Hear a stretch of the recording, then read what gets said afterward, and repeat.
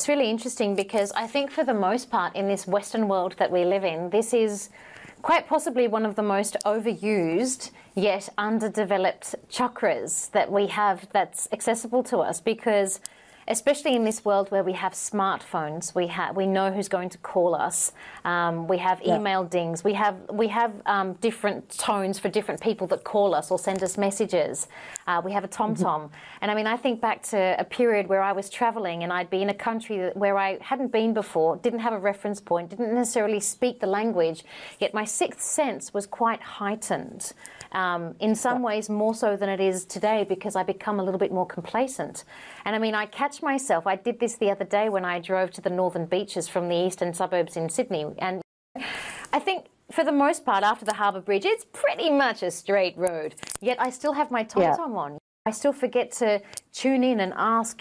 Sometimes you've got to go around the world to turn a corner. Sometimes taking a detour means you avoided a traffic collision or a traffic jam, and we don't do that so much. What do you think about this? I agree with you, completely agree with you. Sometimes our third eye chakra is activated and we're not aware of it. So it's on a subconscious level. And that's where we might take a detour, because the subconscious is actually showing us to take that detour because of the accident that's happening. But we're just not aware of it. So being consciously aware of your third eye chakra and the intuition is developing it. So there's nothing wrong with turning on the TomTom. I still turn my sat nav on as well. It's just a backup, and sometimes we do get lazy. Complacent and lazy, yeah.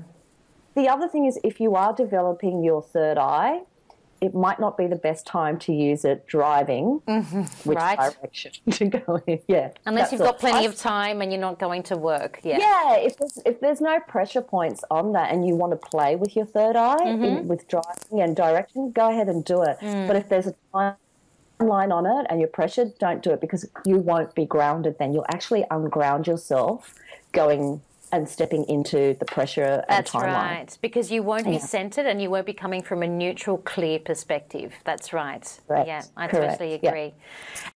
I like that you said that as well about the subconscious, because a lot of the stuff that comes through our intuition doesn't always necessarily make sense. Yeah, it doesn't.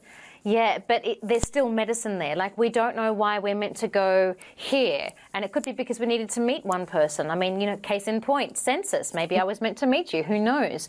But even with other things where we feel like intuitively we need to start working at this particular place or go to this particular country, and it might not end up with the experience that we hoped. We may not have liked the culture of the company, or we may decide we didn't like the country, but it's that experience that we were meant to have.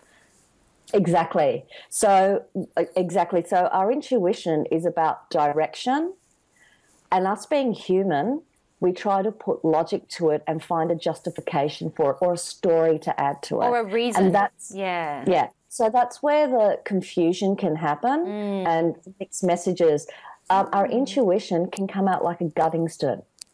You know, some people go, I don't know why I did it. I just felt it in my stomach to do it. Or it was my gut telling me. Yeah. Yeah, I felt it in my heart, you know. Yeah, yes. Intuition doesn't, we receive it through the third eye chakra, but we don't necessarily experience it through there. Precisely. We can experience it through the other senses in the body as well. And I think that's really important to note, because that's why it's so important to have all the other chakras balanced. Because if you're out of alignment, you'll be receiving messages that A, you'll blink and miss, or B, you won't understand, and C, you just won't be grounded enough to, or connected and aligned enough to implement them.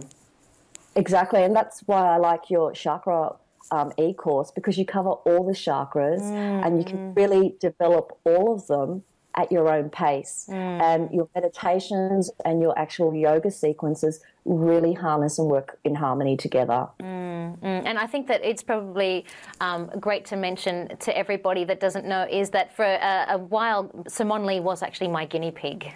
So a great success can be attributed to me experimenting different sequences. You are my yogic guru, let me tell you. A lot So yes, Simonne is probably a little more aware of these chakra balancing courses than she probably wanted to be. But no, I love them. Yeah, they're really good.